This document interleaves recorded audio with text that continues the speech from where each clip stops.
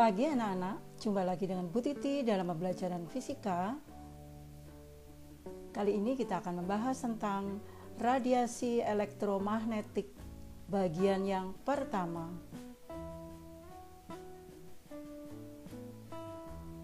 Materi ini untuk anak-anak SMA kelas 12 MIPA.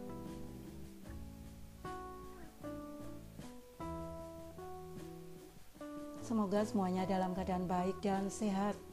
Amin. Mari kita mulai.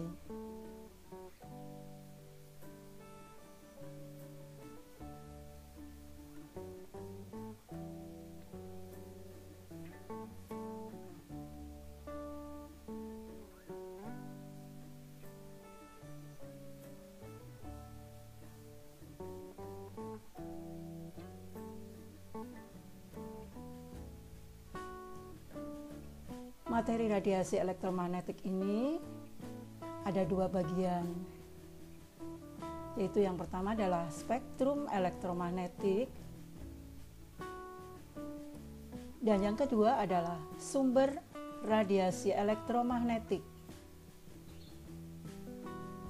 Bagian yang pertama akan kita bahas ada tiga, yaitu energi gelombang elektromagnet, intensitas gelombang elektromagnet,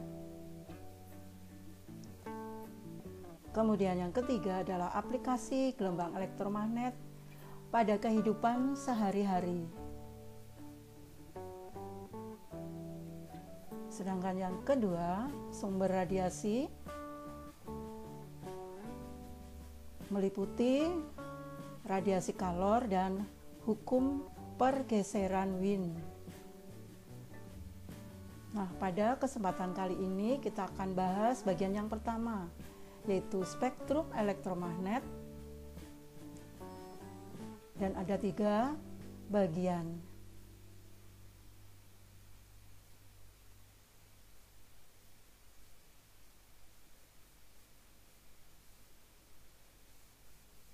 Ini akan kita bahas anak-anak, spektrum elektromagnet.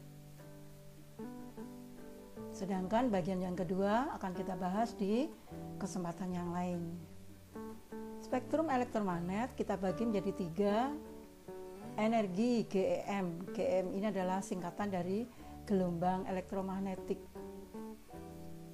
Yang pertama adalah energinya, yang kedua intensitasnya, yang ketiga adalah aplikasi gelombang elektromagnet pada kehidupan sehari-hari.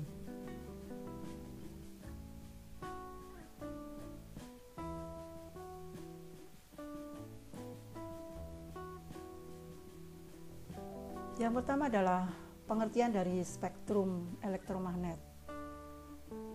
Gelombang elektromagnet terdiri atas bermacam-macam gelombang yang frekuensi dan panjang gelombangnya berbeda. Kita tahu bahwa gelombang elektromagnet ini merupakan gelombang yang bisa merambat tanpa medium.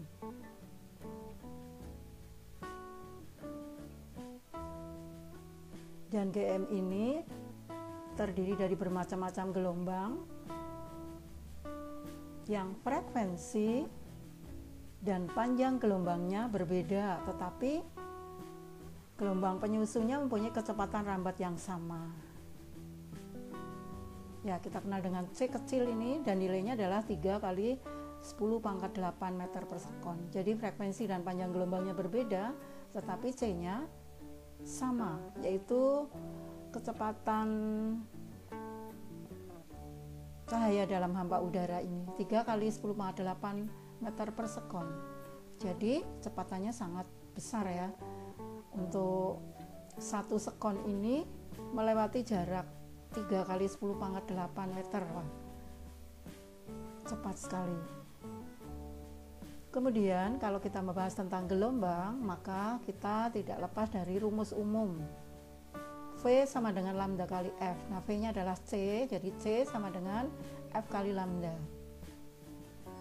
Ini nanti kita akan gunakan rumus umum dari gelombang. Kita tahu bahwa di gelombang ada 3 besaran, yaitu V, frekuensi, dan lambda, kecepatan, frekuensi, dan panjang gelombang. Namun C-nya di sini, V-nya di sini adalah C ya. Nah, apa itu spektrum? Spektrum ini adalah suatu himpunan atau deretan dari suatu gelombang elektromagnet, tetapi yang diurutkan mulai dari panjang gelombang yang dari pendek ke yang panjang atau mungkin dari frekuensinya. Itu namanya spektrum. Nah, kalau di sini dimulai dari panjang gelombang pendek sampai ke panjang, atau kalau frekuensi berarti frekuensi yang besar ke kecil, karena panjang gelombang dengan frekuensi itu berbanding terbalik. Dimulai dari sinar gamma, sinar ronsen atau sinar X, sinar UV ultraviolet, sinar cahaya tampak, sinar inframerah atau IR ini ya singkatannya, lalu gelombang radar atau gelombang mikro, gelombang televisi, dan gelombang radio. Ini tidak terlihat ya anak-anak di sini, gelombang radio. Ini adalah urutan atau spektrum dari gelombang elektromagnet, dari frekuensi yang besar ke kecil atau panjang gelombang yang kecil ke yang besar. Nah, kalau digambarkan sesuai dengan jejeran seperti pita begitu, ini dari lambda kecil, ini 10 pangkat min 13, ini pangkatnya min tetapi pangkatnya lebih besar ya, min 13, min 12, dan seterusnya sampai ke kanan ini adalah pangkat positif 10 pangkat 4 meter. Sedangkan frekuensinya dari yang tinggi 10 pangkat 22, 10 pangkat 21, dan seterusnya sampai ke kanan 10 pangkat 5 Hz. Nah, ini adalah dari mulai sinar X. Sinar X ini daerahnya sinar gamma, maaf ya, sinar gamma yang paling tinggi frekuensinya dan gelombangnya paling pendek ya. Dilanjutkan dengan sinar X, ini daerahnya. Ya, jadi ada irisannya ini ya. Kemudian ultraviolet, lalu cahaya tampak. Cahaya tampak ini ada ungu, biru, hijau, kuning, oranye, merah. Ya, karena ini dari frekuensi, berarti frekuensi yang paling tinggi adalah ungu, biru, hijau, kuning, oranye, merah. Atau panjang gelombang yang paling kecil dimulai dari ungu. Sedangkan lambda terbesar adalah lambda merah, begitu urutannya. Dilanjutkan dengan inframerah, ini daerahnya ke atas ya. Lalu gelombang mikro atau radar, dilanjutkan gelombang radio dan TV di sini. Yang paling panjang tetapi frekuensinya paling kecil. Nah, seperti ini anak-anak.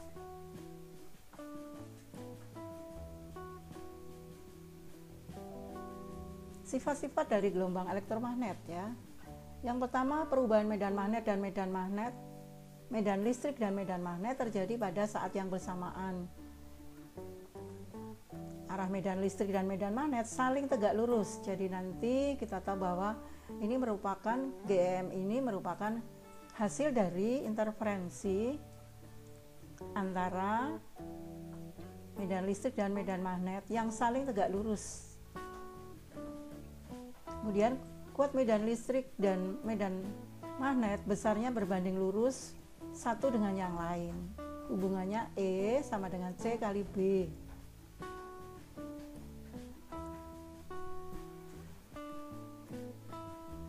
Arah perambatan gelombang elektromagnet selalu tegak lurus. Arah medan listrik dan medan magnet. Ya, tadi sudah tahu ya.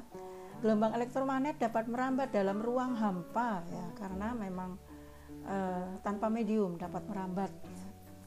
Gelombang elektromagnet merambat dengan laju yang hanya bergantung pada sifat-sifat listrik dan magnet medium. Laju rambat gelombang elektromagnet dalam ruang hampa merupakan tetapan umum dan nilainya adalah C ini 3 kali 10 pangkat meter per sekon. GEM adalah berupa gelombang transversal. Kita tahu ya, ada dua gelombang, pembagiannya menurut arah rambat dan arah gelombang, yaitu gelombang longitudinal dan gelombang transversal. Nah, ini termasuk gelombang transversal yang arah rambat dan arah getarnya saling tegak lurus.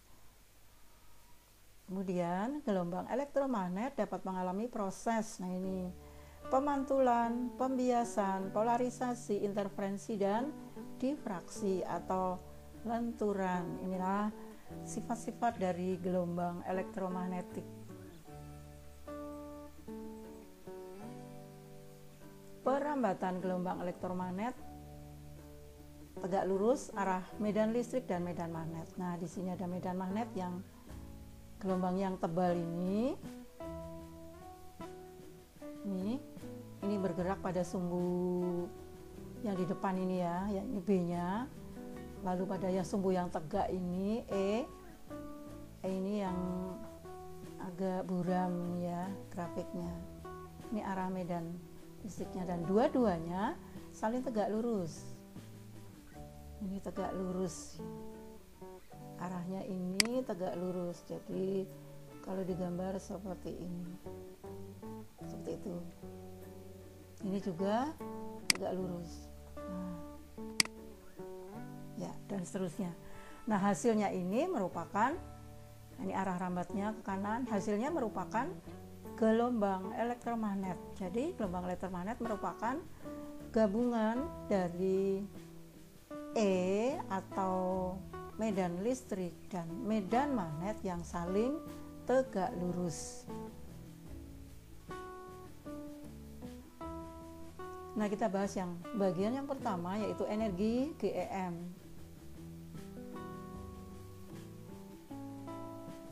GEM membawa energi dalam bentuk medan listrik dan medan magnet. Jadi ini karena tadi gelombangnya gelombang sinusoida ya. Jadi E sama dengan EM sin Kx min omega T. Tentu saja ini sesuai dengan persamaan dari gelombang berjalan. Mungkin di kelas 11 kita sudah memahami ya. Kemudian B-nya juga BM, B maksimum sin Kx min omega T. Ya, ini keterangannya. EM amplitudo medan listrik, BM amplitudo medan magnet, K-nya adalah tetapan angka gelombang, K 2pi per lambda, omeganya frekuensi sudut atau omega sama dengan 2πf. Ya, ini sudah pernah kita bahas masalah gelombang, persamaan dari gelombang berjalan di kelas 11. Kemudian menurut Maxwell berhasil menemukan hubungan antara E dan B. Amplitudonya yaitu EM per BM atau E per B sama dengan C ya. C ini adalah cepat rambatnya laju perambatan gelombang elektromagnet di ruang hampa yang nilainya 3 kali 10⁸ meter per sekon. Ya, tadi sudah dibahas di depan bahwa E dengan B ini saling tegak lurus. Dan nilainya adalah sebanding. Perbandingan antara amplitudo medan listrik dengan amplitudo medan magnet dari suatu gelombang selalu sama dengan laju perambatan cahaya dalam ruang hampa. Ya, ini persamaannya ya. E dan B adalah C. Kemudian rapat energinya. Suatu gelombang elektromagnet mempunyai medan listrik dan medan magnet, sehingga gelombang elektromagnet ini juga membawa tenaga atau rapat energi. Besar energi per satuan volume. Nah, rapat energinya dinyatakan sebagai mu E ya, ini ya, setengah E0 E kuadrat. Mu E adalah rapat energi listrik dalam joule per meter kubik atau joule meter pangkat min 3. Lalu E0 permitivitas listrik ya, kita sudah pahami di bagian listrik statis ya. Ada nilai E0 8,85 kali 10 mat min 12 kolom pangkat 2 Newton pangkat min 1 meter pangkat min 2, dan E nya adalah kuat medan listrik N per C atau NC pangkat min 1. Rapat energi magnet per volume mu M dinyatakan sebagai B kuadrat per 2 mu 0. dengan UM adalah rapat energi magnet, satuannya Joule per meter kubik, atau mu0-nya adalah permeabilitas magnet ya, 4 kali 10⁻⁷ Weber per ampere meter, dan B-nya adalah besar induksi magnet Weber per meter persegi atau Tesla. Nah ini satuan besaran dan satuan ini sudah kita bahas di materi di semester 5 kemarin ya, medan magnet atau induksi magnet. Contoh soal. Gelombang elektromagnet mempunyai amplitudo medan E 500 volt per meter. Ini maksudnya kuat medan listrik ya. Berapa amplitudo medan magnetnya? Penyelesaiannya, amplitudo medan magnet dapat diperoleh dengan menggunakan persamaan tadi ya. B sama dengan EM per C, atau C adalah BM per EM gitu ya.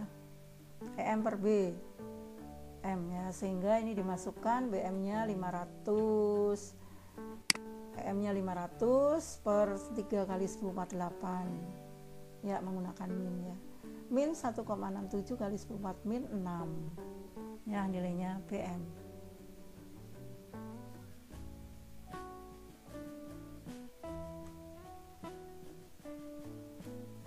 Bagian yang kedua adalah intensitas gelombang elektromagnet. Intensitas gelombang elektromagnet adalah laju energi atau daya per satuan luas yang tegak lurus dengan arah rambat gelombang elektromagnet. Ini dinyatakan dengan istilah vektor pointing. Rumusnya rho S seper mu O mu 0 kali rho E kali rho B. Arah vektor rho S adalah searah dengan arah rambat gelombang elektromagnet. Jadi arah vektor pointingnya adalah searah dengan arah rambat gelombang elektromagnet. Satuannya rho S dalam sistem SI dinyatakan dalam watt per meter persegi.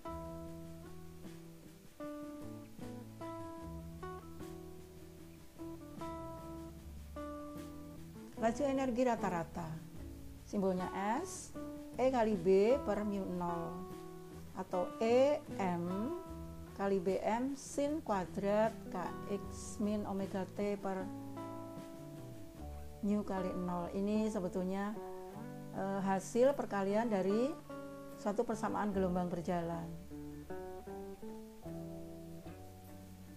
Jika fungsi kuadrat sinusi rata-rata terhadap ruang dan waktu akan diperoleh faktor setengah ini ya. Laju energi rata-rata adalah S sama dengan EM kali BM per 2 mu 0. Ini nilainya setengah ya.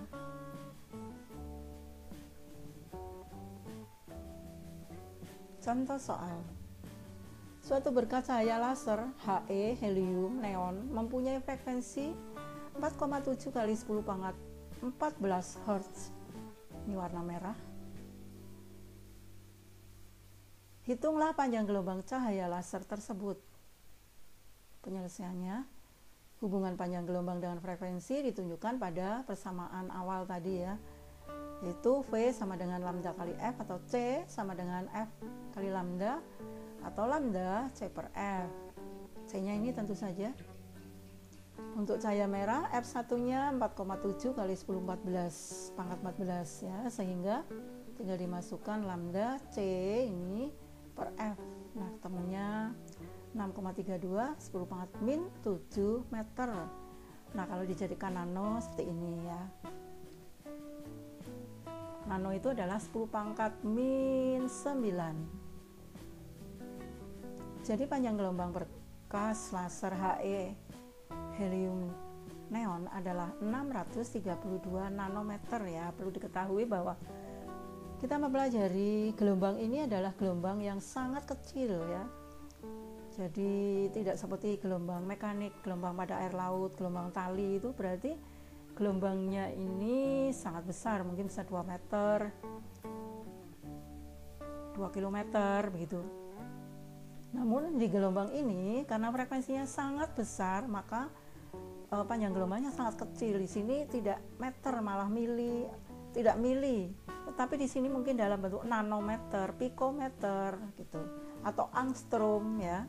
nanometer ini 10 pangkat min 9. Kalau piko huruf kecil ya, P itu 10 pangkat min 12, dan angstrom huruf A itu adalah 10 pangkat min 10 meter. Semuanya adalah gelombang yang sangat kecil nilainya, seperti itu. Sekarang contoh soal yang kedua.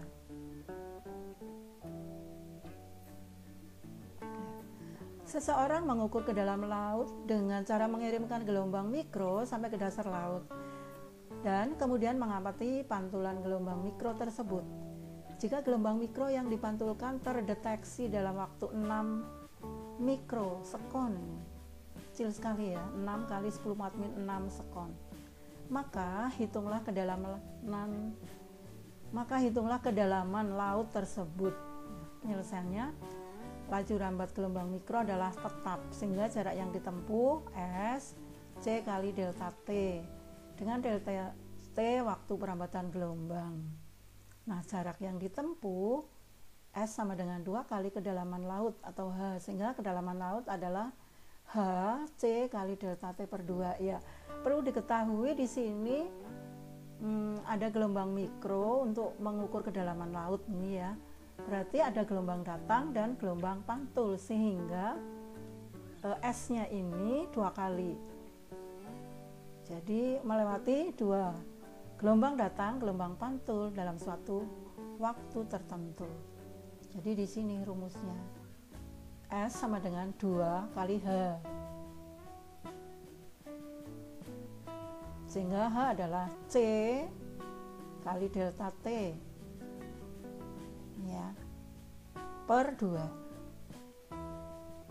C nya ini, delta T nya ini sudah menjadi sekon ya, lalu per 2. Ini sudah meter, 900 meter ya. Ini contoh dari pemakaian gelombang elektromagnet, yaitu pada gelombang mikro untuk menentukan dalamnya air laut. Nah, yang ketiga, sekarang aplikasi gelombang elektromagnet pada kehidupan sehari-hari. Nah, aplikasi ini penerapannya, jadi nanti akan ada 8 atau ya 8 ya, sesuai dengan urutannya. Ini sinar gamma, bisa dibaca sendiri ya anak-anak. Sinar gamma ini dihasilkan oleh inti atom yang tidak stabil pada reaksi nuklir. Digunakan sebagai terapi pengobatan atau terapi penyakit kanker. Ini gambarnya di sini ya. Mensterilkan makanan dan mensterilkan alat kedokteran. Jadi ada 3 yang umum ya. Masalah aplikasi ini kalian bisa membaca lebih lengkap lagi sendiri ya, browsing atau di buku yang lain. Ini tentang penggunaan, mungkin bahayanya atau teori-teorinya dari pengetahuan dari sinar gamma atau sinar-sinar yang lain nanti. Ini tidak hanya ini, tetapi kalian bisa membaca yang lebih luas lagi. Pada intinya sinar gamma ini dihasilkan oleh inti atom yang tidak stabil pada reaksi nuklir. Nah, digunakan ini umumnya pada terapi penyakit kanker. Ini pada pengobatan ya, mensterilkan makanan dan mensterilkan alat kedokteran.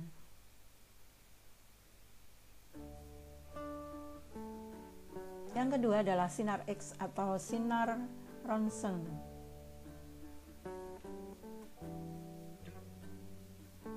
Dihasilkan dari penembakan elektron dalam tabung hampa pada keping logam yang digunakan pada pemotretan kedudukan tulang dalam tubuh dan untuk mengetahui susunan kristal NaCl.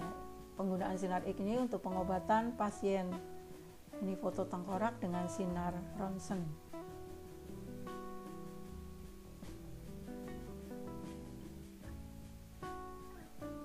Sinar yang ketiga adalah sinar UV ultraviolet.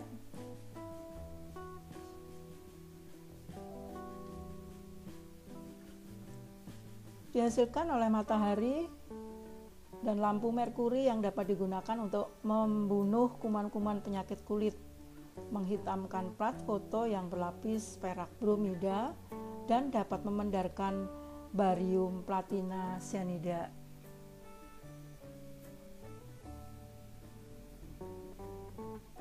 Ya, masih banyak lagi di sini, bisa dibaca sendiri. Selanjutnya adalah sinar tampak.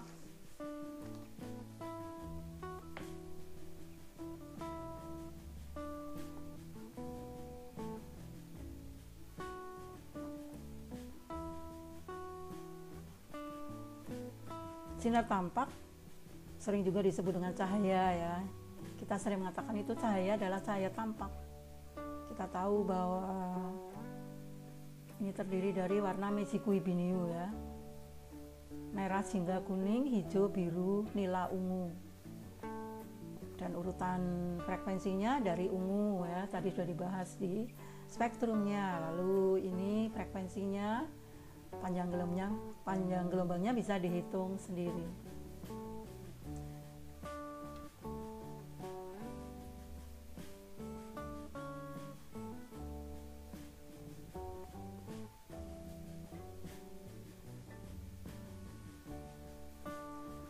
Nah, aplikasinya adalah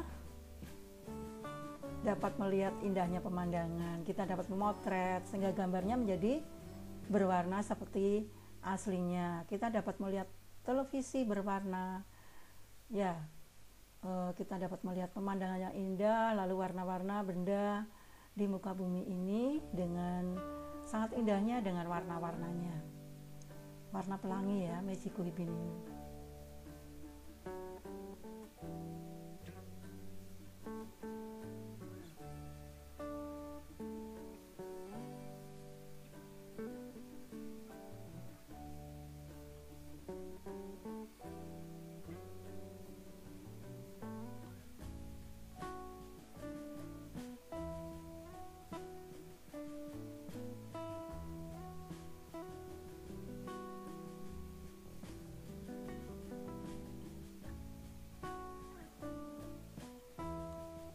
Ya, mungkin tadi belum dibahas tentang sinar UV ya.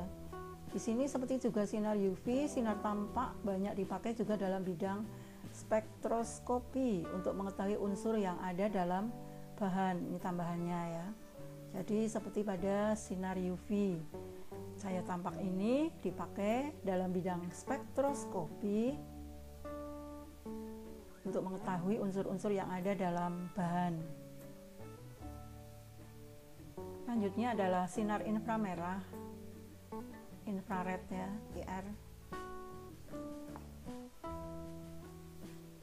Dihasilkan oleh matahari, lampu, getaran, atom-atom yang dapat digunakan sebagai alat spektroskopi untuk mempelajari struktur molekul, untuk pemotretan permukaan bumi serta penyembuhan penyakit cacar dan encok. Nah, untuk ini kalian supaya lebih luas lagi bisa dibaca sendiri, browsing ya di buku-buku yang lain.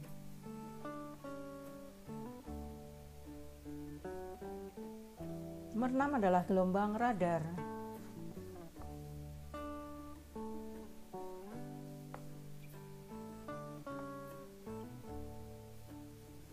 Gelombang radar ini digunakan untuk mendeteksi letak suatu benda, mendeteksi suatu sasaran pada pesawat penjelajah, membantu keamanan pendaratan pesawat komersil, dan untuk mengetahui kedalaman suatu lautan dengan mengirim sinyal ke dasar laut. Ya, seperti tadi contoh soalnya ini menggunakan gelombang radar.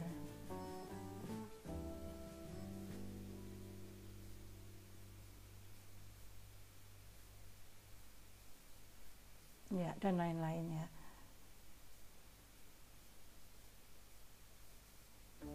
Nomor 7 adalah gelombang televisi.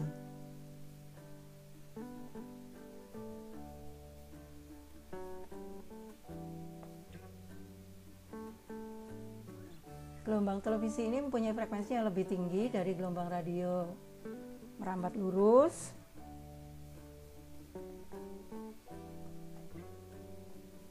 tidak dapat dipantulkan oleh lapisan atmosfer bumi. Pemakaiannya adalah dalam bidang komunikasi dan siaran.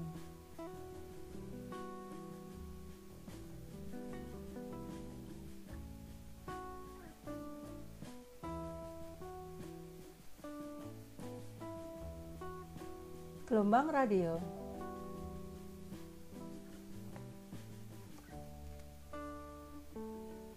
Gelombang radio digunakan sebagai alat komunikasi karena gelombang ini mudah dipantulkan oleh lapisan ionosfer. Dalam sistem komunikasi, gelombang radio berfungsi sebagai pembawa gelombang bunyi atau informasi.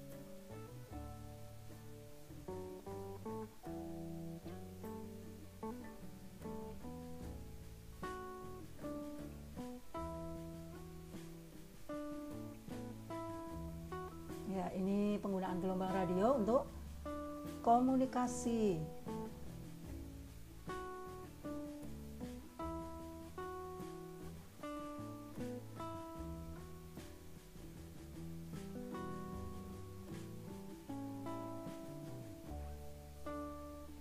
Nah, di samping hal ini, gelombang radio sering digunakan untuk komunikasi. Ini penggunaan pesawat telepon, penggunaan telepon genggam atau handphone dan sebagainya.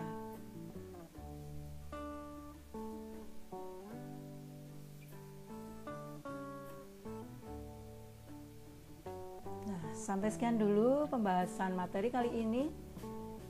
Semoga bermanfaat untuk kita semuanya. Salam sehat-sehat selalu. Jangan